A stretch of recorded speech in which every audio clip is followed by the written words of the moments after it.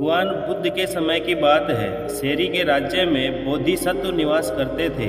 वे बर्तन और कढ़ाइयाँ बेचते थे और उन्हें शेरीवान कहा जाता था। बर्तन और कढ़ाइयों के ही एक अन्य लालची विक्रेता के साथ उन्होंने एक दिन तेलीवास्त्रा नामक नदी को पार किया और अंधपुर नामक नगर में प्रवेश किया। उसके उपरांत उन दोनों ने अपने क्षेत्र का विभाजन करके अलग अलग गलियों में बर्तन और कढ़ाइयाँ बेचना शुरू किया। उस नगर में एक अत्यंत निर्धन परिवार रहता था जो कभी बहुत धनवान था। उस परिवार में इस समय दो ही सदस्य थे, एक छोटी लड़की और उसकी दादी माँ। उन दोनों को अपनी आजीविका के लिए कठिन परिश्रम करना पड़ता था। उनके घर में पुराने बर्तनों और कढ़ाइयों के मध्य एक सोने का कटोरा भी पड़ा था, जो बहुत समय से उपयोग में न आने के कारण इतना गंदा हो गया था कि वे दोनों महिलाएं यह जान ही नहीं पाई कि यह सोने का बना है। एक लालची विक्रेता उनके दरवाजे से यह कहता हुआ निकला कि अपने पुराने बर्तनों को नए बर्तनों में बदल लो।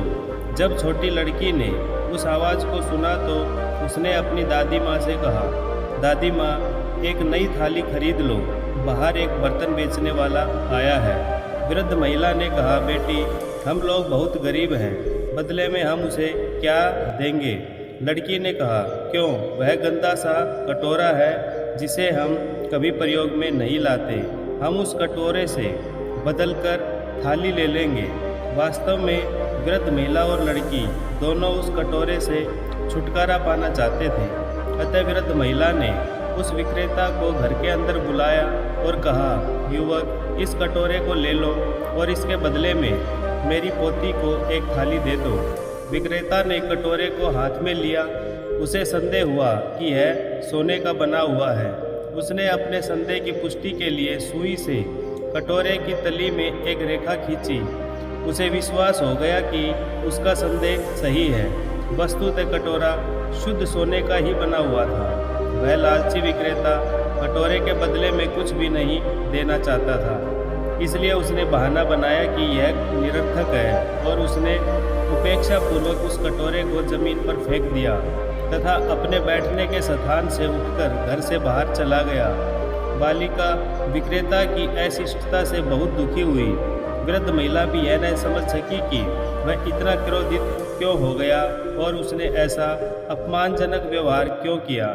जैसा कि दोनों विक्रेताओं में यह पहले ही सहमति हो चुकी थी कि जिस गली में एक विक्रेता बर्तन बेचने गया है उसमें दूसरे दिन दूसरा जाएगा। अतः अगले दिन शेरीवान उसी गली में बर्तन बेचने गए और उसी घर के सामने से गुजरते हुए आवाज़ लगाई, अपने पुराने बर्तनों को नए बर्तनों में बदल लो।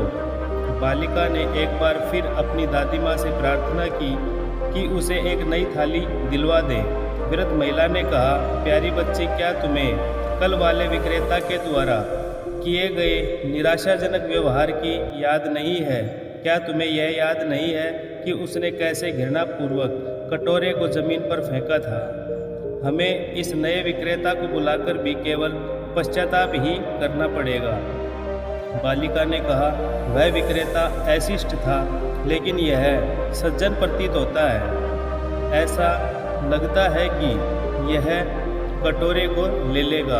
अपनी पोती की उत्सुकता देखकर वृद्ध महिला ने शेरीवान को अंदर बुलाया। तब वे घर के अंदर गए और कटोरे को हाथ में लिया। वे यह देखकर चकित हो गए कि कटोरा सोने का बना हुआ है।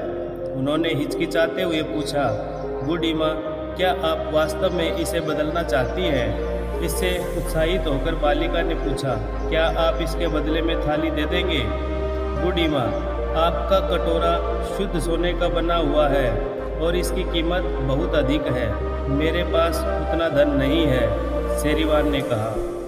दोनों महिलाएं यह सुनकर आश्चर्यचकित हो गई। वृद्ध महिला ने कहा, मेरे बेटे, एक विक्रेता कल आया था। उसने कहा कि यह कटोरा बेकार है और उसने इसे जमीन पर फेंक दिया। यह अवश्य ही तुम्हारे स्पर्श का प्रभाव है जिसने इसे सोने में बदल दिया। इसे ले लो और इसके बदले में तुम्हें जो कुछ भी देना हो दे दो और आप अपने रास्ते जाओ। शेरीवान के पास जितने बर्तन थे उन्होंने सारे बर्तन और 500 चांदी के सिक्के जो उस समय उनके पास थे सब दे दिए। केवल तराजू, बैग और नदी पार कराने के लिए नाविक को देने हेतु 8 चांदी के सिक्के अपने पास रख लिए। उन्होंने कटोरे को लेकर नदी तट की ओर प्रस्थान किया। वहां पहुंचकर वे नाव में सवार हुए और पार जाने के लिए नाविक को 8 सिक्के दे दिए।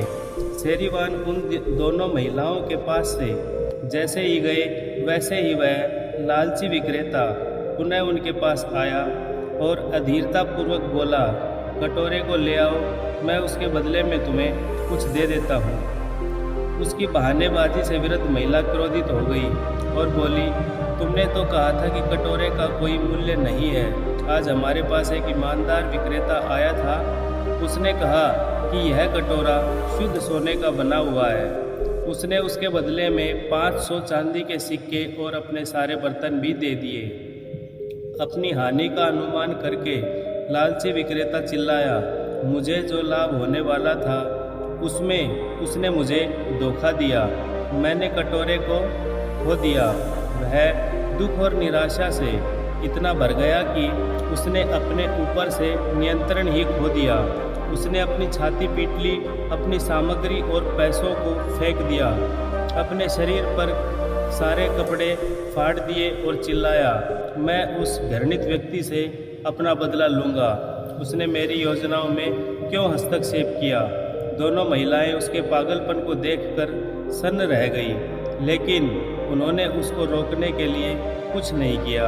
वह शेरीवान के पीछे नदी तट की ओर दौड़ा, परंतु उसने देखा कि शेरीवान तो पहले ही नदी पार कर रहा है। निराश होकर उसने नाविक को जोर से आवाज़ लगाई कि वह वापस लौट आए, परंतु शेरीवान ने नाविक को ऐसा करने से मना कर दिया।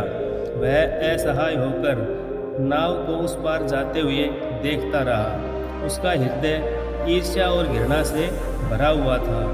वह शेरीवान पर चिल्लाया और उन्हें गालियाँ दी। शेरीवान निर्भय थे क्योंकि वे तो बोधिसत्व थे। लालची विक्रेता के अभद्र व्यवहार का उन पर कोई प्रभाव नहीं पड़ा। इधर उत्तेजना के कारण उसका हृदय फट गया और वह वहीं पर गिरकर मर गया। इस प्रकार यह कथा यह बोध कराती है कि लालची और बेईमान व्यक्ति का अंत बहुत बुरा होता है। Thanks a lot.